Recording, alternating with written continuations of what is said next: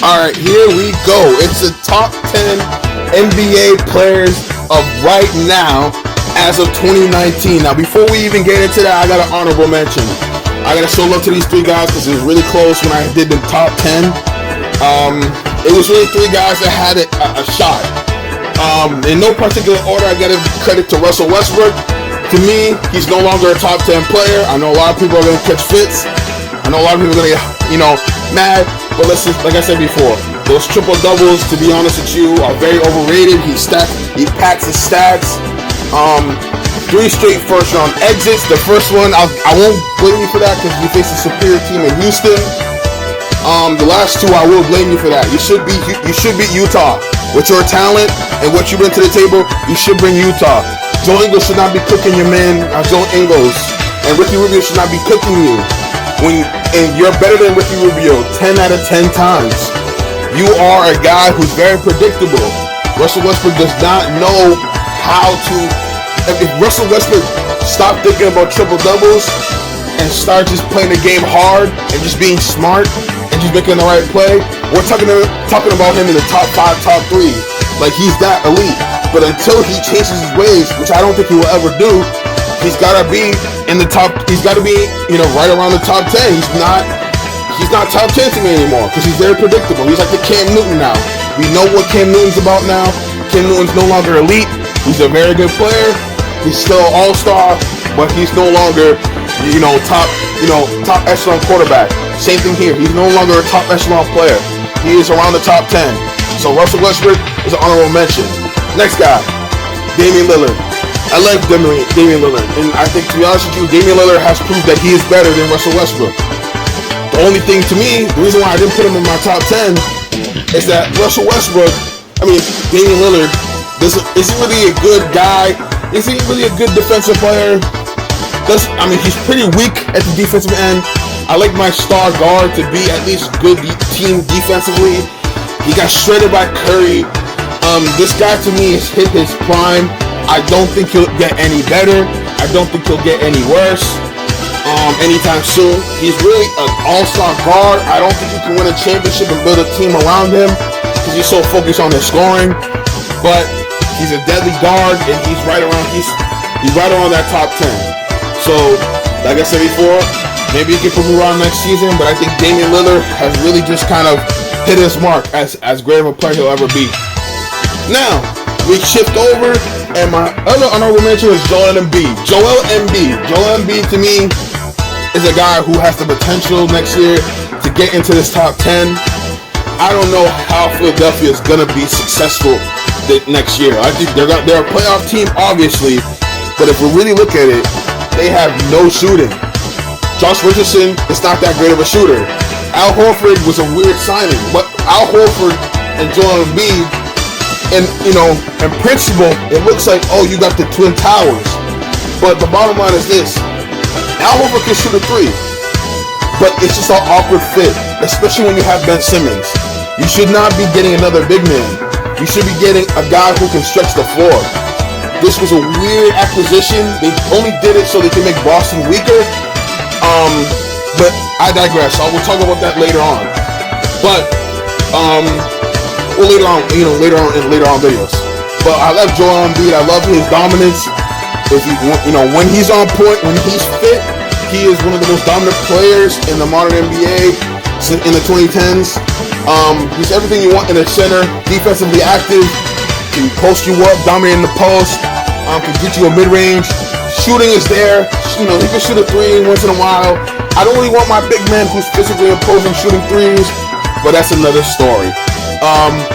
Joel Embiid, the only thing he's got to focus on, he got to get fit. He's really on this Jabrilly, eat whatever you want to eat package. I want my guy fit. I want Joel Embiid fit because he got so exhausted in that playoff series against the Toronto Raptors, and it really showed. Like, Kawhi was running circles around him. He needs to get in better shape. He needs to stop. He needs to get a better diet. Don't eat what Jabrilly eats. Eat what a professional athlete eats, and he'll be straight. So, like I said before, if he can get in better shape, lose some pounds, and add more muscle to his body, he's going to be in the top 10. That's how great Joel Embiid will be. So, we get into the top 10. Top 10, I'm going Klay Thompson. Now, a lot of you people are already mad right now. Number 10 to me is Klay Thompson. Now, a lot of people are going to be like, what the hell? What the hell, bro? Like, he's not better than Russell Westbrook. He's the best. He's the third best two-way wing in the game. He is arguably top 5 shooters in our game. He can light up a quarter. He can score 41 in a quarter. Tremendous shooter. Tremendous lockdown. I mean, this guy is simple. Yeah, he doesn't dribble that often as a guard, but that's fine. That's actually really perfect for the shooting guard. I don't want my shooting guard pounding the ball, really. If I have a good point guard like Steph Curry that can handle the ball, I don't need a shooting guard that can handle the ball like that. Klay Thompson would fit on any team. To be honest with you, I think he's the only guy other than maybe like Kawhi Leonard that would fit on any team. Literally would fit on any team. Like, he would be a star on any team. He's top 10, baby. If you disagree, then you're really not paying attention to Klay Thompson. Number 9. I got Nikola Jokic. I think Nikola Jokic is arguably the best big man in the game. You know, Nikola Jokic kind of has the same problems as Joel Embiid. You know, a body. He's got a doughy body. It's not really toned. He does kind of like fitness. He's on the Jabrilly package, but guess what? One thing about him is that he finds ways to combat it. I mean, he's comfortable in his body. He plays within the realms of his body. Obviously, you would like him to get in better shape, but like I said before, he works well with his shape. A tremendous passer, top 5 passer out there in this league. Even as a big man, top 5 passer in this league. Sees the floor, decent to his shooters, incredible rebounder. He's very physical, can dominate in the post, give you a mid-range, can shoot a 3. I mean, he's really, really skilled, and he can lead a break. It's going to be very slow, fast break, but he can lead a break. He's number 9. Number 8. I got Paul George. I love Paul George. I just don't think Paul George is in Kawhi's class. I had this argument with my guy, the Swaggy G, and listen, he thought Paul George last year was better than Kawhi Leonard. He was wrong. Like I said before, I love Paul George. I just think he's, you know, last year he's very overrated. And you saw it in the playoffs. He's a guy who doesn't perform when the times are clutch, when the times are needed. But damn, he's one hell of a regular season guy. And Kawhi got one hell of a regular season partner. I think he's going to elevate him in the postseason as well. I like Paul George. He is bona fide top 10. He's a superstar. Can lock down defensively. Can score at will offensively. Good handles for a forward. I just like his skill set. He's just not in, the LeBron James, Kawhi Leonard class. So that's the only thing. I mean, he's just there. We'll see if he can get there, but I like him. Like, he's just not on that level. Alright, so number 7, I got James Harden. Now, I love James. Listen, I'm not the biggest fan of James Harden.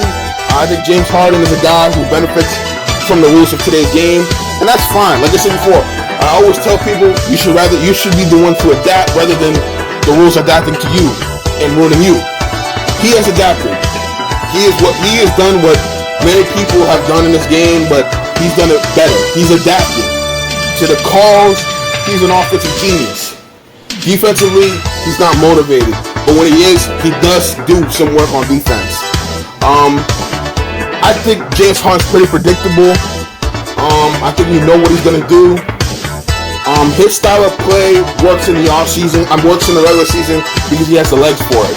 Once you get to the postseason, those step backs, those iso ball dribbles, those tough jumpers, they don't have the same burst like they used to in the regular season, man. Because those legs get burnt out. James Harden is very predictable. I don't know how this partnership with Russell Westbrook will work out, but I'm not that keen on it. But James Harden is one of the best offensive players of this era, but he's really predictable. He's not really motivated on the defensive end. He's a reluctant passer. Number 7 is pretty accurate, but he's a great player, dominant player when he's on form. Number 6, Giannis Antetokounmpo, the Greek Freak. I like Giannis. Only weak spot of Giannis is his jumper, but to be honest with you, I think that's very overrated. I really had to debate him or 5 coming up. I will say 6. Does Giannis need a jumper to be successful? Not really. He just needs to be reliable with the mid-range. People on shot, I really don't care. If you surround him with shooters, he gonna be fine. But I love Giannis. I love his energy. I love his passion. He played for Greece in the FIBA World Cup. I like his energy, man. He's just a baller. He just wants to hoop. He's in physical shape. Looks like the Terminator. Can lock you down defensively. No one's gonna stop him slashing. And that's where he's really where he makes his money, slashing. Like I said before, I would like to see him with better players. I don't think Eric Bledsoe's a guy who I can count on to lead you to a finals as a point guard. But like I said before, people keep telling me Giannis is a jumper. Giannis is a jumper. Giannis is built like a Greek god. He don't need really a jumper. He just needs something reliable so people can kind of sag off, and then he can kind of hit him with a stutter, stop and go. But I love Giannis. I love him. He's gonna move up here if he keeps doing what he does. He deserved the MVP last year, and like I said before, I got him at number 6. Number 5, Anthony Davis. Now, a couple years ago, I wasn't that big on Anthony Davis, but one thing that changed about Anthony Davis was that playoff series, that playoff run a couple years ago when he was finally healthy and led the Pelicans, almost with Drew Holiday as well, Rondo and the good pieces, to the second round of the Western Conference playoffs. I was impressed. I was clearly impressed. He is, I would say, the best big man in the game. I see him more as a power forward. Don't see him as a center. Don't think he can dominate that physically. But one thing I like about him, defensively, he's awesome. He works so damn hard. Offensively, he's gifted. Got guard skills. Tremendous shooter. Like I said before, he has all the tools to be an all-time great. Can he stay healthy? Can he stay fit? I mean, I've heard rumors and whispers that I believe to be true. He has a tough time playing through pain. But one thing I do appreciate from Anthony Davis is that, man, with all that time you've been off playing basketball, because, man, he's missed a lot of games. He has gotten better. I think the partnership with LeBron's going to work because they're going to stay out of each other's way. But Anthony Davis, number 5 right now. I was this close to replacing him with Giannis, but I think Anthony Davis, when he's on, he's slightly better than Giannis. All right, number 4, I got Steph Curry, the greatest shooter of all time. Yeah, y'all gotta put respect on Steph Curry's name, man. Steph Curry is the greatest shooter of all time. When he's on, he's on. I've never seen anybody harder than Steph Curry in a game. Klay Thompson, possibly. Kobe, possibly. But when Steph Curry's on, he's on. And even when he's a streaky guy sometimes, especially in the playoffs. But even at his low point, he's shooting pretty better than the average. He's just a phenomenal player, phenomenal leader. He's a floor general without being, really keen on assists. He's gonna have to do a lot this upcoming season, though. Clay's out. He's only got Draymond. He's got D'Angelo Russell, though, so he's got someone to share the load. But I mean, Steph Curry's gonna have to, be more of a conventional guard sometimes. But Steph Curry, I love his leadership, intangibles, probably the best intangibles in the game. Shooting, obviously, he's a good team defender. He's not. I know what people are gonna say. He's not a good defender at all. He's a good team defender. He knows how to rotate, knows how to shuffle his feet, knows how to keep up with his man. He's just not only is he a lazy defender, or ISO one-on-one defender, but ultimately the coaching staff is smart enough to realize he's the greatest shooter of all time. I don't want this guy tired, exhausted. So you know what? So be it. Let Klay guard him. But I think he could be a solid defender on his own. But like I said before, that's a situation where he does struggle with, and he does struggle with being physical. Like I said before, I think Steph right now, I think he's going to be back into MVP shape, man. He has to in order to keep this team relevant, keep this team good. We'll see, but I have him at number 4. Number 3, I got KD. I've been saying it for a couple years. You already know who. I'm not going to spoil the rest. I want you to enjoy the video. Kevin Durant is as good as you'll ever be. Love Kevin Durant. I love Kevin Durant when he's in his good form. I love Kevin Durant when people understand what he truly is. He is a sniper. He is a scorer. He is probably the best offensive player of the decade. Best offensive player since maybe best offensive player since, I want to say Kobe, but I don't want to kind of go that far because I don't know yet. I have to really look at it, but he is the best offensive player of the 2010s. It's not close. Melo's like second, or maybe Kobe's second, but the bottom line is like, he is, without a shadow of a doubt, one of the greatest offensive players I've ever seen. 7 feet, he keeps growing. He can make the impossible shot. He can shoot over anybody. We saw a little bit of his weakness. A lot of his weaknesses are mental. When you get inside his brain, he kind of melts. Patrick Beverley did it a little bit, but then when he realized who he was, he cooked Patrick Beverley like a well-done steak. I mean, I like Kevin Durant. I like his skill set.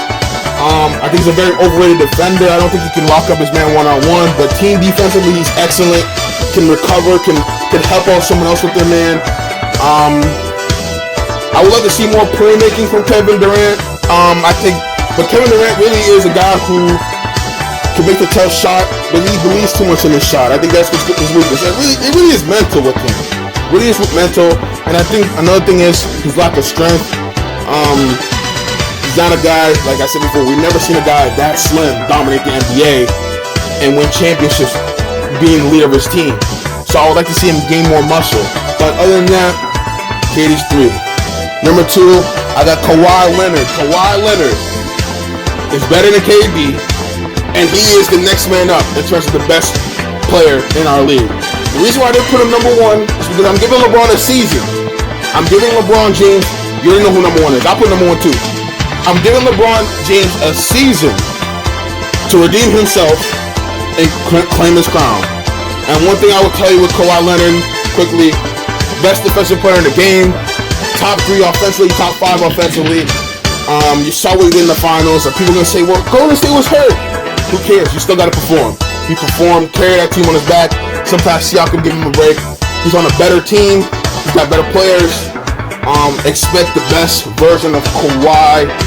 I would like to see him pound the ball less, move off ball more so he can shoot off ball. But he had to do a lot for that Toronto team. He's getting more into that playmaking role, which I like. He's getting better, and he's young. I think Kawhi, what can I say? Second best player. If LeBron don't keep up his pace, I mean, Kawhi could take him in the middle of the season. He could take number 1 in the middle of the season. And number 1, I got LeBron James. As much as I hate the Bronsexuals, but as much as I don't like the Bronsexuals because you don't understand that LeBron loves to control a narrative more than a liberal white woman, I appreciate LeBron James. LeBron James is, when he's on and motivated, he's unbelievable defensively, offense, you name it. You get the whole package. Nothing much is said. He is truly, I don't think he's that close to Jordan. I think he's top 10 greatest of all time. I'm not there to give him top 5 yet. Gotta win more. You gotta see you win one more ring. But one thing I do appreciate from LeBron James is the sustained success over these years. So that's the top 10. Any questions? Thank you for the video. Like the video, comment what's your opinion.